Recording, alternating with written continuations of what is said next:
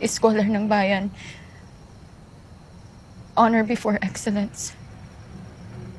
Matapang. Walang takot.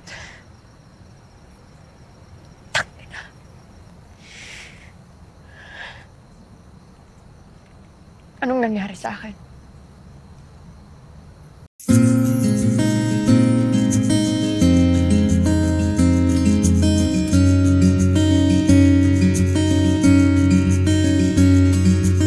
Alone Together is a very peculiar film. It's a story of self-realization disguised as a love story. In fact, the love story is probably the least important part of the film. It's not a perfect film. For me, that ending still feels a little janky. But upon repeat viewing, it's arguably Antoinette Hadon's most political film. It's a film that teaches a lot of lessons that apply even today. Here's my take. The movie is about an idealistic, smart young woman, Christine, whose life collapses due to a number of bad decisions, including getting involved in corrupt activities.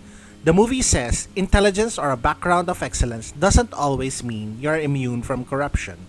That comes from personal choices, corrupt systems, and corrupt leadership. Christine could have done something to stop the theft, but she didn't. Mere inaction and silence are in themselves acts of complicity. The film encourages us to live up to one of the most cherished tenets of UP. Lesson 1, Honor before Excellence. Although there is a romance, the film is really about an emancipation. It is a film about Christine's search for personal freedom.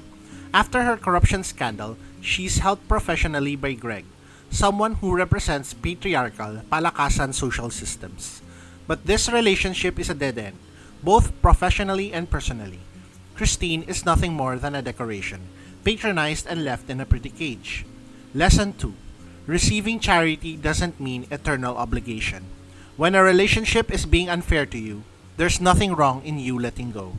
A relationship that doesn't nurture you is not a worthy relationship. To address the third lesson, one has to talk about the elephant in the room, Raph.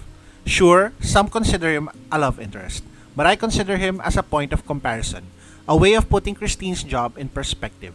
Raph is a doctor, someone who serves the community, someone whose job is essential in many ways.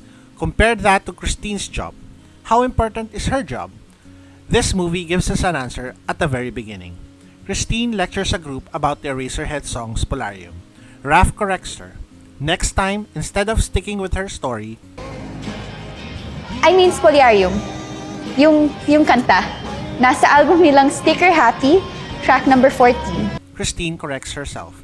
That's because artists and cultural workers are caretakers of truth, and museums are places dedicated to conveying that truth.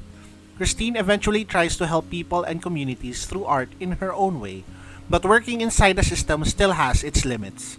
Nevertheless, her work is an important part of society.